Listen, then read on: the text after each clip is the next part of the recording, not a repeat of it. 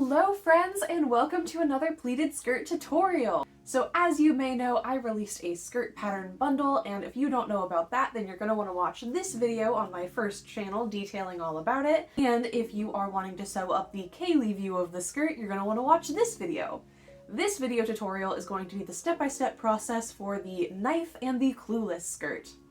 Thank you again to Brioni for coming up with the name for the Clueless skirt. This video is set up to very closely mirror the written instructions. It's split into little chunks in chronological order so that you can watch along as you sew. And if you're stuck on a step or looking for a particular technique through the process, it should be easy for you to find, and it'll be split up into chapters down below in the description box. If through this process you have any questions, comments, concerns, or adaptations that you found helpful or fun, you can leave those in the comments down below so other people might be able to follow in your footsteps. Anyways, that's enough of intro. Let's get into sewing. To prepare your fabric to cut out, go ahead and fold it in half and line up the edge of the pattern piece on the fold that is meant to be lined up on the fold. And then go ahead and cut out the side of the fabric that has the seam allowances for the bootlegger pocket. Be sure to fold the hem guide to the appropriate length. Here you see I've got mine folded to the Dazzler length, but there is also the Kawaii length and the Librarian length. You can see here that I'm picking up the guide and moving it along my fabric to cut the appropriate length as I go, being careful to line up the top edge with the top edge of my fabric every time I move it. I cut out the waistband on the fold, and I make sure that the stripes are going in a direction that I want. It doesn't matter if this pattern piece is cut on the warp or the weft. However, it does matter very much that you mark it appropriately. Transfer the dotted lines onto your pattern piece with whatever marking method you prefer. Assuming that you're going to be cutting both a bootlegger pocket and a side welt pocket, go ahead and start by cutting the bootlegger pocket. To do this, go ahead and cut all the way along the edge of the pattern piece, and don't worry about marking the welt pocket at all because you won't be using it.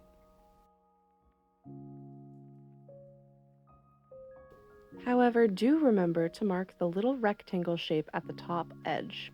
Later on, you're going to do a zigzag stitch along this line and then trim the fabric so that it can be free to open. Also, if you're going to be cutting a Dazzler length skirt, go ahead and fold your pattern piece along the dotted line so that your pocket doesn't stick out past the hem of the skirt. While cutting out the side welt pocket, go ahead and fold in the tabs on either side because you won't need the extra seam allowance for this one. Go ahead and cut around the entire perimeter, remembering to fold along the dotted line if you're doing a Dazzler length skirt. And do remember to mark the welt pocket mark with your preferred marking method. During this cutting and marking stage, I also like to mark all of my little pleat lines, both with a chalk line and a little pin for easy handling later whenever I go ahead and pleat them. When I come to the end of the first panel, I go ahead and I mark my welt pocket line with my preferred marking method, and then I'll unfold my fabric and line up my pleat guide and continue on marking my pleats. As you can see here, I overlap the pleats where the last one left off and continue on the pattern the same way I had been doing on the first half of the skirt panel. I may have to slide a little bit when I get to the end because it's not perfectly lined up with the edge, but that is fine.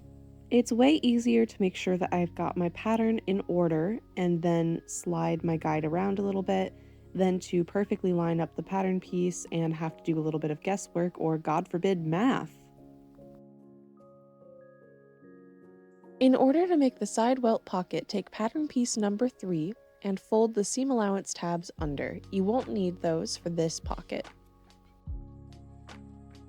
Seam allowance is included, so just cut all the way along the pocket. If you're going to be sewing a Dazzler length skirt, do remember when cutting out your pocket that you need to fold at the dotted line so that it doesn't stick out under the hem of your skirt. Before moving on, mark the welt pocket marks on the skirt as well as the welt pocket lining. You're going to pin these to each other. It doesn't have to be exact, but it needs to be good enough. Follow the lines with a straight stitch on your machine. When you come to a corner, you can put the needle in the down position and lift the foot to rotate your work and get a perfect 90-degree angle. Then to finish your welt pocket, you're going to cut right down the middle, and right before the end, stop and cut into the corner very gently and carefully so that you don't clip your seam. Then turn your pocket inside out and iron very well. You're going to want to press your seam allowance in towards the skirt instead of toward the welt pocket itself. Pay special care on that bottom edge, don't forget about it, and give everything a really good press from the outside. You may want to top stitch around this edge before continuing. Your welt pocket should fall on a pleat that will be covered by another pleat. To finish up your pocket, you're going to need to sew the bag to itself. Go ahead and fold it over and pin that seam. Take it over to your machine and do a straight stitch all along the edge. You may want to do a zigzag stitch as well to prevent it from fraying in the future. The top edge of your pocket is going to be naturally attached to the skirt whenever the waistband is installed, so the bottom edge of your pocket is what you're going to need to finish. Just go ahead and do another straight stitch with a zigzag and you will be done.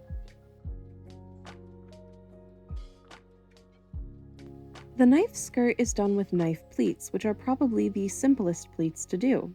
You simply pull one pin over to the next pin and then pin it down.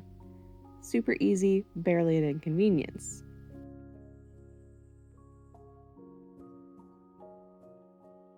Continue on this way all along the top edge of the skirt and then take it over to your sewing machine and baste these pleats down before continuing.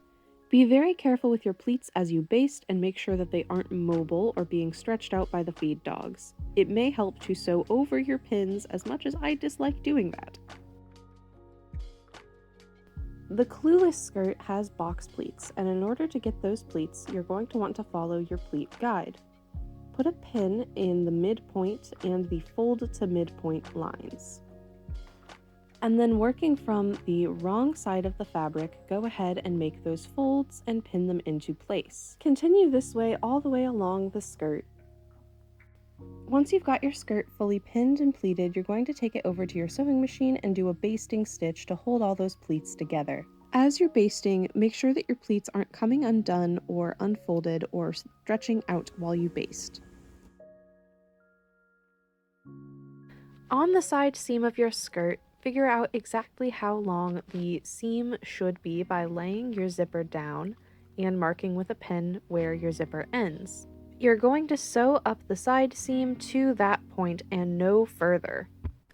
On the seam along the opening where the zipper will be inserted, you are going to do a basting stitch. You can either baste by hand or you can do a very, very long straight stitch on your machine and do that instead. I personally prefer to machine baste. Once you've basted this seam, you're going to iron it open. I chose the worst fabric to do this tutorial with, but you can see I've got the selvages open there and I'm just laying my zipper face down. I then pin it in place and I carefully sew all along the zipper. If this is your first zipper, I would recommend hand basting it into place first. This will make life a lot easier for you, and good luck, my friend. A zipper foot would make this process a lot easier, and if you have one, I would highly recommend using it, but if you don't have one, it is still possible to insert a zipper. It's just a little bit harder. Once you have your zipper sewn in, go ahead and unpick your basting stitches as carefully as you can. You don't want to mess up your pretty fabric. And then your side seam is done and your zipper is installed. Take a moment to feel proud of yourself.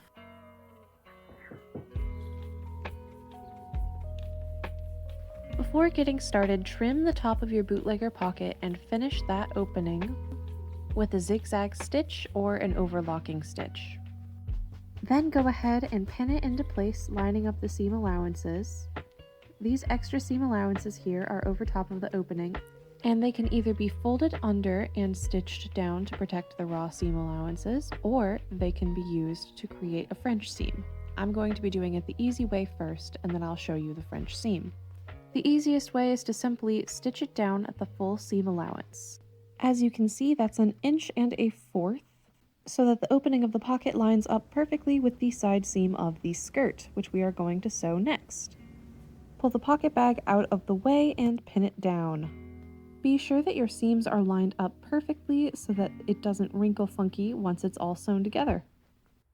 This is a little bit tricky. You want to back stitch, but you don't want to pass and sew into the pocket bag, so go slowly and be careful. Other than that, the side seam is just a normal straight stitch with a back stitch at the top and the bottom.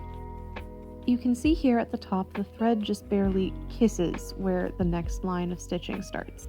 To finish off your raw edges, go ahead and do a zigzag stitch along this seam line.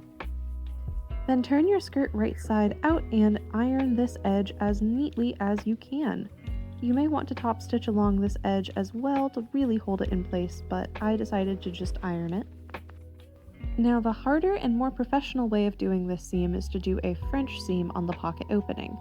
To do that, you're going to pin it just as you would, and you're going to finish the top edge of your pocket exactly the same way that you did for the other one. The only difference between this method and the other one is that instead of sewing things together with the wrong sides out and 1 1/4 inch seam allowance, you're going to be sewing things with the right sides out and a 5/8 seam allowance. And once the seam allowance is sewn, you're going to trim your seam allowance so that it's nice and skinny and so that it doesn't get caught up in the next line of stitching you're going to do. Then you're going to turn your skirt inside out and you're going to iron that seam as well as you can before folding it on the seam line and continuing with another 5/8 seam allowance on your sewing machine. Remember to backstitch at the top and bottom of the seams, and the bottom of your seam is going to line up with the folded edge here, right where that ends. It's a little harder to see when you do it the French way. And then you would continue on and sew the side seam just as we did with the green skirt, and all that's left to do is to close the pocket bag. Start by doing a straight stitch and remembering to backstitch along the straight edge and then close the bottom. When you sew along the bottom edge of the pocket, you're going to want to line up your pocket as it's going to lay on the waistband first, and then close the pocket so that it lays correctly and it doesn't wrinkle. You may also want to include a little snap so that the facing of your pocket stays in place and the lining of the pocket doesn't slip and expose your bare skin.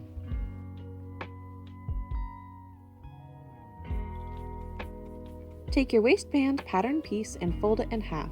Iron this crease well before continuing. And then you're going to sew along the line that you marked. Be very careful to leave the seam allowances unsewn. This will make your life a lot easier whenever you're attaching your waistband and stitching it down. And speaking of attaching the waistband, go ahead and pin it to your skirt panel.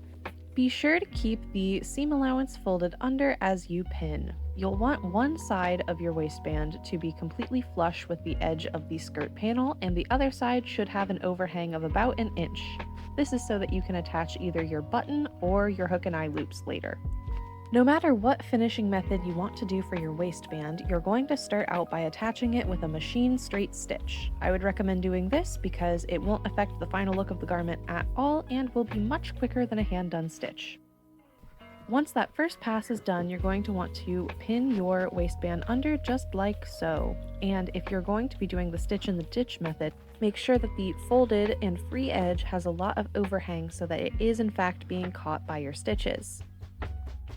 I like to pin on the very edge of where I'll be sewing so that I can follow my pins and know for a fact that there is fabric underneath where I'm stitching. Basically, for the stitch in the ditch method, you want to be doing your top stitching right on the seam where the waistband meets the skirt placket. This makes it virtually invisible. However, you may wish to finish with a hand stitching stitch so that it is truly completely invisible from the outside.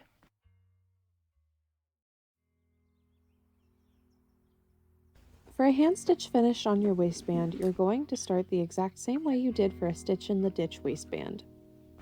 The only difference is the finishing step. Instead of top stitching on the machine from the right side of the clothing, you're going to stitch down the free edge of the waistband from the wrong side using a slip stitch. Basically, you do a slip stitch by taking just 1 or 2 threads of the main panel of fabric, and then by slipping your needle into the back side of the waistband and going back in and grabbing just a few threads of the main skirt panel. This creates a really professional looking finish from the inside and the outside. And to finish up the little gap that's created there on the edge of the facing, you can go ahead and do a ladder stitch. And your finished waistband should look something like this.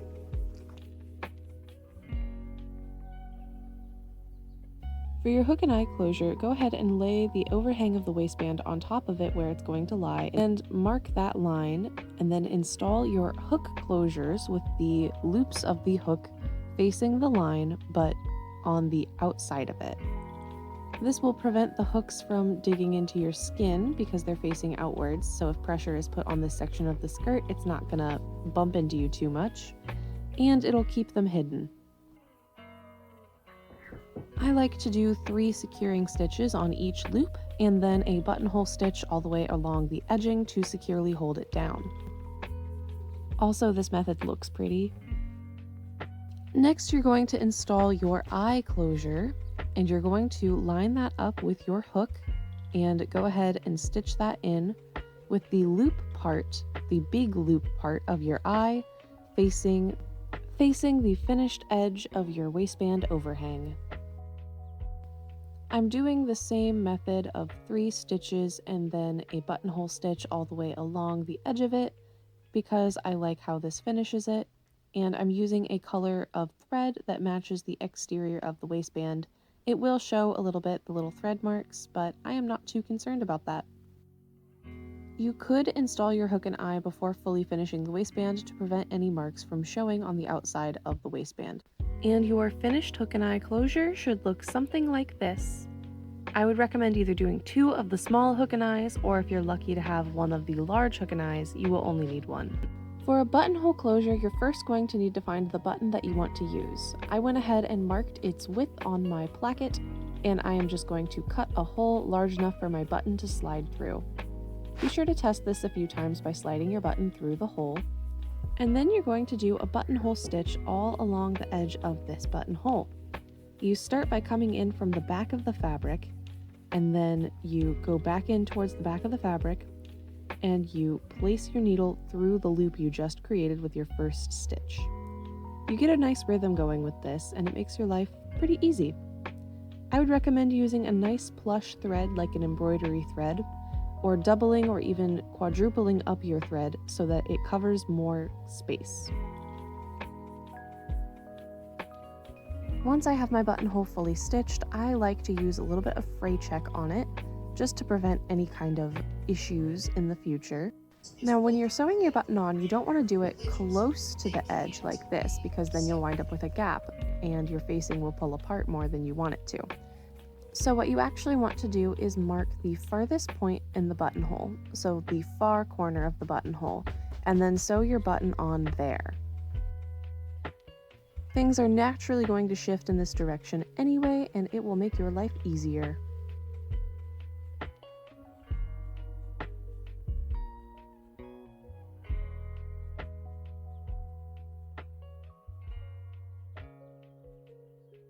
To start your hem, you're going to fold your fabric by about 1/4 of an inch. It's okay if it's a little bit more. Press this well and do that all the way around the bottom of your skirt before continuing. You're now going to turn your skirt up again by about 1.5 inches. Press this as well and do that around the entire edge of your hem. If you want to do an invisible hem, what you're going to do is fold the edge of your fabric so that you can stitch along just the end of the hem, and while doing what is essentially a modified zigzag stitch, catch only just the very edge of your main skirt panel, that folded section there, with just the tip of the zigzag section of the invisible hem stitch. This will securely attach the folded edge to the bottom section of the hem, permanently attaching them, while looking virtually invisible once it's unfolded and ironed. Alternatively, you could do a hand-stitched hem. To do a hand-stitched hem, you're going to iron and prepare it in the same way, and then take a needle and thread and do a basic hem stitch. To start my basic hem stitch, I go under the folded edge of my hem, and then I grab just 2 threads of the fabric of the skirt. And then I continue like this all the way along the hem of the skirt. Once you find the rhythm, hand stitching actually goes by relatively quickly. And even using contrasting thread, it is virtually invisible from the outside. Thank you so much for coming to join me, and I hope you had a fantastic time sewing up your skirt. Did you make a knife skirt or a clueless skirt? Let us know down below. If you liked this video, be sure to give it a like so that more awesome people like you can see it. If you want to support my full range pattern making, you can buy me a Ko-fi. My Ko-fi is the same place where I host my patterns, so odds are you've already seen my shop. I hope you have a fantastic day, I hope you have a fantastic skirt to wear, and I will see y'all in the next one. Bye, friends! Baby, you want the ball? Get the ball. Good girl.